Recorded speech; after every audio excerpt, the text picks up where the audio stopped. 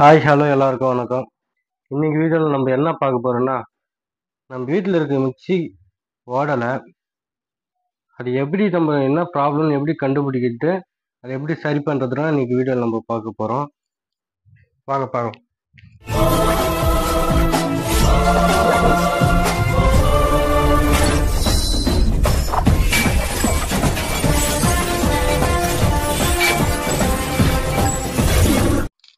Plug பாயிண்ட்டை junction பாக்ஸோட join பண்ணிக்கோங்க.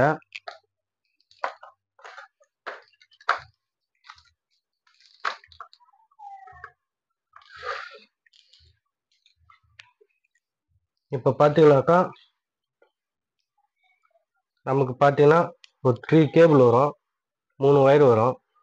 ரெட்டுன்னு ப்ளஸ்ஸு, பிளாக்குன்ட்டு மைனஸ்ஸு, க்ரீன் கலர் வர்றது நியூட்ரல், அதாவது எர்த்துக்காக கனெக்ட் பண்ணுறதுக்கு. ஓகேங்களா? நம்ம ஃபஸ்ட்டு பேஸு கரெக்டாக நமக்கு ரெகுலேட்டருக்கு பேஸ் கிடைக்குதான்னு நம்ம பார்க்கணும். ஓகே, இப்போ நமக்கு பேஸ் கிடைக்குது. நெக்ஸ்ட்டு நம்ம மிக்சியை ஒரு 1ல் வச்சுட்டு நம்ம அடுத்த இருக்க ஒயரை நம்ம செக் பண்ணணும். அதாவது ரெகுலேட்டர்லேருந்து வெளியே வர அவுட்புட்டை நம்ம செக் பண்ணணும். ஸோ நமக்கு அவுட்புட்டும் வருது. ஓகே, அப்போ இது வரைக்கும் நமக்கு எந்த பிரச்சனையும் இல்லை. ரெகுலேட்டர்லேருந்து மோட்டருக்கு போகிறது ஒயரு கரெக்டாக இருக்கான்னு நம்ம பார்க்கணும். ஓகே, இதுலேயும் லைன் வருது. அப்போனாக்கா இது வரைக்கும் லைன் எதுவும் ஃபால்ட் இல்லை. ஸோ ப்ளஸ் லைன் நமக்கு எதுவும் ஃபால்ட் இல்லை. இப்போ மைனஸில் என்ன ஃபால்ட் இருக்கான்னு 2 வகையான ஆப்ஷனில் கண்டுபிடிக்கலாம். ஒன்று, இப்போ பார்த்தீங்கன்னா இது வந்து ட்ரிப் சுவிட்சு, அதாவது ஹை வோல்டேஜ் வந்துச்சுனாக்கா கட் ஆகிடும். மறுபடியும் நம்ம கீழே ஒரு ப்ரெஸ் பண்ணிட்டு மறுபடியும் யூஸ் பண்ணிக்கலாம். ஹை வோல்டேஜ் வர நேரத்தில் இந்த சுவிட்ச் யூஸ் ஆகும். மோட்டரோட காயில் எதுவும் அடி வாங்கிக்கிறதுக்காக இது வச்சுருக்காங்க. ஓகேங்களா? ஸோ இதை வந்து இந்த 2 ஒயரையும் பிடுங்கிட்டு ஷார்ட் பண்ணிக்கலாம். ஓகேங்களா? இது பின்னு டைப்பில் தான் கொடுத்துருப்பாங்க. நம்ம இந்த 2 ஒயரை பிடுங்கிட்டு ஷார்ட் பண்ணிக்கலாம். அப்படி இல்லைன்னா இன்னொரு ஈஸியான ஒரு வழி நான் சொல்கிறேன் பாருங்க. இந்த மாதிரி ஒரு ஜங்ஷன் பாக்ஸ் இருந்தாக்கா எடுத்துக்கங்க. ஜங்ஷன் பாக்ஸில் இந்த பின்னை நம்ம இப்படி சொருவோம். ஓகேங்களா? தெரியுதுங்களா? இப்படி சொருவோம். ஆனால் இதை தலைகீழாக சொருகி இந்த கீழே வர 2 பின்னில் நம்ம செக் பண்ணுறதுக்காக இந்த மாதிரி யூஸ் பண்ணக்கூடாது. நம்ம ஈஸியாக செக் பண்ணுறதுக்காக இந்த மாதிரி ஒரு ஆப்ஷன் சொல்கிறேன். இந்த மாதிரி இன்செர்ட் பண்ணிவிட்டு இப்போ பார்த்தீங்கன்னாக்கா நமக்கு மைனஸ் லைனில் ப்ளஸ் வரும். ஸோ நம்ம இப்போ ஈஸியாக கண்டுபிடிக்கலாம்.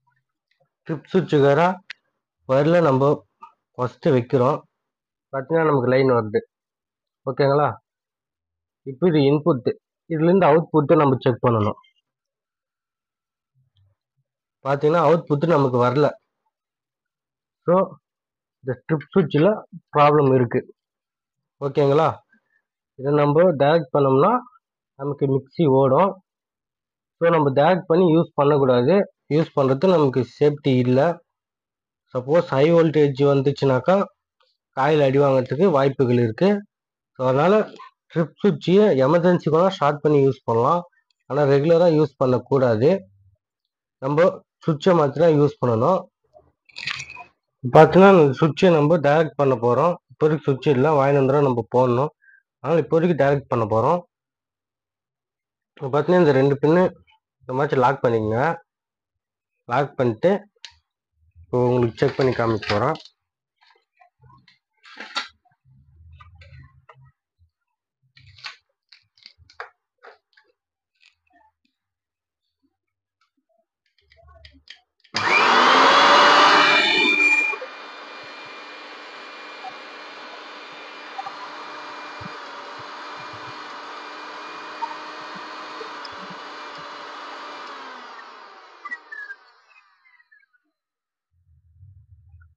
ஓகே, நமக்கு இப்போ பார்த்தீங்கன்னா மோட்டரோட காயில் வந்து எந்த ஒரு பிரச்சனையும் இல்லை.